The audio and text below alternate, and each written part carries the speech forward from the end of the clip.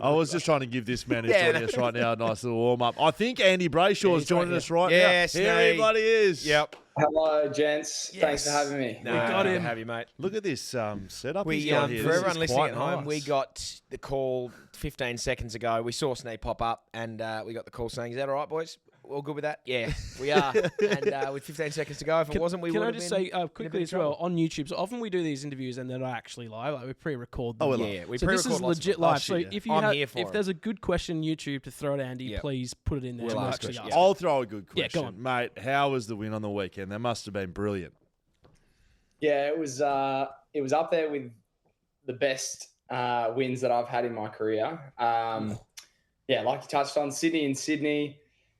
Haven't lost a game in a very long time, and yeah, we were able to go and get it done. We started really well. Our first half was some of the best footy we've played all year, and then they showed why they're one of the best teams in the comp, and they clawed it back, and we were just dodged a little bit of a bullet there at the end with McDonald missing that shot, but 4 points is 4 points. So yeah, very, very stoked. I'll head over to the boys in a second. I've got one more question. I mean, I know it was a big win, one of your best in your career, and some big moments in Sydney while you were there. Yes, the win was one of them, but was another one of them when a group touring the SCG, I believe in your captain's run, got around you boys on the boundary and you started chanting Freo in nonsensical tones? Was that a big moment too? That was so we were at the SAG captain's run, and then they were, I think every hour at the SAG they do like a tour through the facility, and there was a big group of cricketing fans all chanting pretty off tune, chanting. They were chanting India, and then they were watching us train. And so one of our staff went up and said, "You're watching Freo. You should start chanting Freo instead of India." And they started chanting Freo again off tune, but it was hilarious. And so a few of us jumped in and sung with them. And then afterwards, one of them asked me for a tennis ball, and I said, "Yeah, that's just not what we do." But thanks for the support. Have you seen what we're talking I've about? seen the boys chanting. No one knows what's going on. Freo.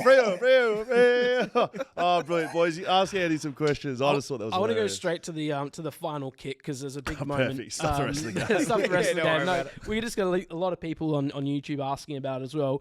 Can you talk us through any sort of tactic or game plan? Obviously it's a big kick. They're going to be trying to rush it over the line. Where were you? Yeah, where were you? What was discussed?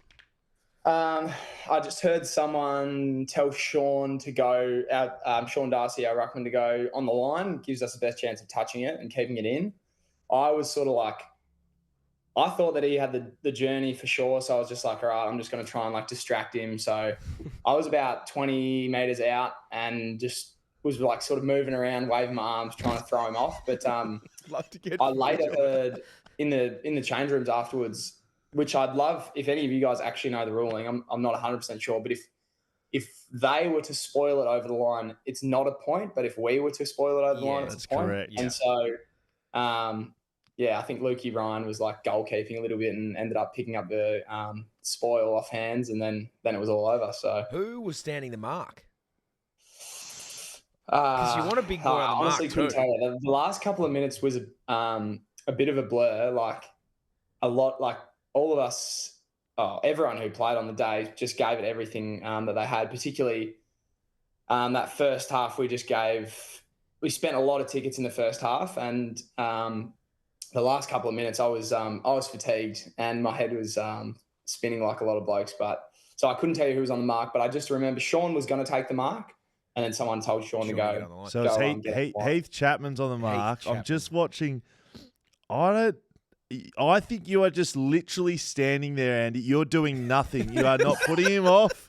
You are just standing. You're jumping up and down on the spot like a little pogo stick. Your arms are down by your side, and you're just watching it go over your head. You're doing nothing, son. Mate, the jumping up and down, that's what I was trying to rattle him with. That'll get him. That'll get him. Snee, we played golf yesterday. Obviously, we had a tremendous victory over Dad and Will. But, You Did ya? mentioned we did. That's yeah. big news. Came down to the wire, last hole, needed to clutch up, and did. Really? Snee had the worst drive of the day on 18. Hooked it into the trees. We played- He was nowhere. We yeah. were on the team together. We played No, we were playing. It's called the Mickaplier. Is the formula? Is the format we play? 666 best ball addition multiplication named after Lloyd Meek actually, and that's another story for another day. But anyway, we were playing golf yesterday, and you mentioned the extra strain captaincy had on the week and on the game. Obviously, your first one, And first he's 1-1. You tick that one off. Explain to the lads and explain to everyone else what that was like. The first week as captain and the extra impact that it had on the week. Shit. Great question, Hammer. It was interesting because I've been in the leadership group for probably 4 years now, and vice captain for 2 years, and obviously everyone has their own way to lead, and you go about it, you try and be as authentic as you can, and you try and get boys up and about for the game and make them want to come into training and get the best out of themselves. But then when you're the captain, and I know Caleb and I, we're alternating. So at the moment, against Sydney, it was me. Caleb will be against Richmond. So I fully, didn't get to experience it because we're sort of both sharing the role. But sort of everyone looks towards you as like, what are we going to do in this situation? You're sort of representing the whole playing group, and you're that connection between the playing group and the coaching group and the rest of the football department. Whereas when you're vice captain or when you're in the leadership group, you still want to lead as best you can, but you're not the figurehead for it all. And I don't know, there's just a lot of almost added expectation, a little bit more added pressure. Obviously, I desperately wanted us to win, but I thought potentially throughout the week, if we weren't to win, maybe would they question my leadership, like that being like mainstream media, that sort of thing. So, there was a fair bit that went on throughout the week that I have never experienced as it was my first time captaining the side, but I had a lot of support from Caleb. We were essentially co-captains on the weekend, and we'll do the same sort of thing this week. But it was interesting, a little bit more added pressure, and I guess everyone sort of turns to you because you're the captain, and I guess everyone, when they look for an answer, when they have a question, you're the one that has to give them the answer. You got cued, buddy. Bloody great insight there. That's good. And clearly with that answer, you'll now go down as the greatest Fremantle captain in the history of the fucking world. Mate, I love that. Importantly, with the captaincy then, did you win the coin toss? You would have got to call it being the away captain. I called it. I called heads. It was tails. I lost, but as Heaney pointed in his direction that he wanted, I then just stuck the arm out to the opposite direction and tried to make it seem like I'd got a little win for the lads, which was pretty funny. But we started the game really well, and I think that's because I lost the toss. So cheers. Heaney's go. I'll go this way. Heaney's go. Yeah, we'll go this way, mate. That's what we wanted. Do you remember any part of your pre-game speech? Or is it just rah-rah, get the lads up? It was a bit of rah-rah. We, Caleb took in the, so we have two speeches pre-game. One's in the rooms, which is sort of you're building your way up, getting your energy levels up and about. And that's sort of the reiterating really what the head coach has to say. And that one's a little bit more sophisticated. And then the one out on the ground's a bit more rah-rah. And so this week I took the pump up one. Yeah. And then next week when Caleb's captain, I'll do the in the rooms, and Caleb will get to do the big rev up. But no, it was fun, to be honest. Like, we just went out there. Obviously no one expected us to win. So we all picked you. We just sort of said, let's just take on the challenge. We picked you. Yep. Did you give him any notes, Hammer? Any rah-rah notes? No rah-rah notes from me. I'm more of a build guy. I'm to a crescendo? Yeah, build to a crescendo, pick some people out. How long's the build go? It's about a 40-second build, but build to it and then just hit them hard at the end. Yeah, really good. On YouTube, Annie Henderson Lab says, question for the skip, how did you find the SCG Freo crowd? Being there last year and this weekend, the Freo section was packed. Yeah, I'm often amazed at the crowd. Obviously, our crowds at Optus are insane, but we always get a really good crowd away. And yeah, Sydney was no different. I've had a lot of people that say that we love playing on the SCG and we're a really good team on the SCG and we won last year, so we're going to come and watch you again. And yeah, we had that Freo section was packed, super loud, and yeah, I'm sure they really enjoyed it. Then in the rooms was amazing scenes as well. Like, yeah, a 1 point win over top of the table. Everyone was just, yeah, so happy to be there. And no, they definitely got us up and about for sure. What was the SCG like? It's a very different ground to play on. Like, it's different. It's more unique than most grounds in the AFL. Like, it's smaller, but you've also got the history. And I know you and your family are cricket fans, so it's got a bit of that sort of about it as well. Like, did you enjoy playing on it? Yeah, it's a beautiful ground. The old stands are really cool. But yeah, for anyone who doesn't know, it is really short. Like, a centre bounce is, as important on any ground at the SCG. If you can win a centre bounce, you can set up pretty much kick it, 10 metres out from the goal, and then you can set up your defence behind that. So we had a really strong focus on, winning clearances in the middle of the ground and setting up our defence behind it. But yeah, it's quite short and really wide. So, which is why some of their, Goulden and some of their wingers get in a lot of time and space, is because they play the ground really well. So, yeah, it definitely had its challenges, but no, it was a beautiful deck and in really nice condition. It was they've got the best midfield touted in the comp. The boys had it stacked up against them. You, Seba, Fighter, and Youngie, Luke Jackson, Swaggy, all the boys just lining up and going for it. Nicknames only. Yep, nicknames only. And you got it done. What was that? I mean, realistically, you head over there. They're the best team in the comp, but the focus is squarely on the middle of the ground. You lose it there, you lose the game. You win it there, you're probably going to win the game. Was that? Did you feel like that was it going in, or what was that feeling like going up against that sort of quality midfield? Yeah, they. There's no doubt that they're, one of the best midfields in the comp, and the last couple of weeks we've had, Western Bulldogs, who have a unbelievable midfield. Smoked you. Gold Coast as well, who have an insane midfield, and then the Swans. And we thought we were really good against Gold Coast. Western Bulldogs mids touched us up, and so we had a chance to value the right things and play the way we wanted to play, or against the Dogs, they were hungrier, they were more desperate, and they made us look second rate at times. So we definitely took it upon ourselves as a midfield group to sort of lead the way, I guess, in our aggression, physicality, contest. I think Sean sort of led the way in that. The way he was, he was just dog hungry in there, getting after Grundy, and we were able to all follow in behind him. And everyone's talking about Fifey's role on Heaney, but also we had Sharpie do a role on Goulden. Yeah, locked him right away. And so, loved it. Yeah, we had a lot of guys that were playing really selfless footy, and I don't think we had anyone. They said it in the meeting today. I don't think we had anyone over 25 touches, which, on paper you might look at that and go, "Oh, no one really dominated from the midfield." But we all felt like we played our role, and we won the midfield battle and were able to help us win. So yeah, we're very proud of the effort. So that's all good, and I agree with everything you got to say, Andy. But you are on back chat, so it'd be remiss of us not to talk about your back line. Yes. Oh boy, the skipper, Big Moosey, out. Can't get it done without the captain out there. Well, we got the best captain in the business right here.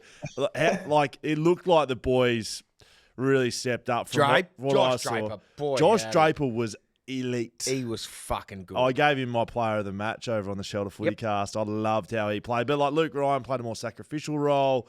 It seemed like everyone sort of thought, righto, we don't have Big Moose down there, but we can go and sort these blokes out. How did you see it? Yeah, I think Drapes played the best game I've seen him play ever, and particularly that last quarter. He was in a few very vulnerable positions. Their slick ball movement sort of opened up the game for them, and then all of a sudden, if Drapes is playing a bit assertive, which we want him to do, then he's in a really tough position, but he was able to just back himself in, open his body up to, a knee from the forward, but was able to hold his own, intercept, back himself in and get it going for us. So I thought he was exceptional. And then I thought Luke Ryan was, with Moose gone, we needed a few guys to step up in terms of leadership, and I thought Luke did that. From a back's perspective, he was essentially the captain back there and was directing traffic, setting guys up. He actually sort of challenged Drapes in the last quarter to keep backing himself in and keep playing his aggressive brand of footy. So I think Luke, you'll claim a little bit of Drapes' success in the last quarter, but no, the whole back six, were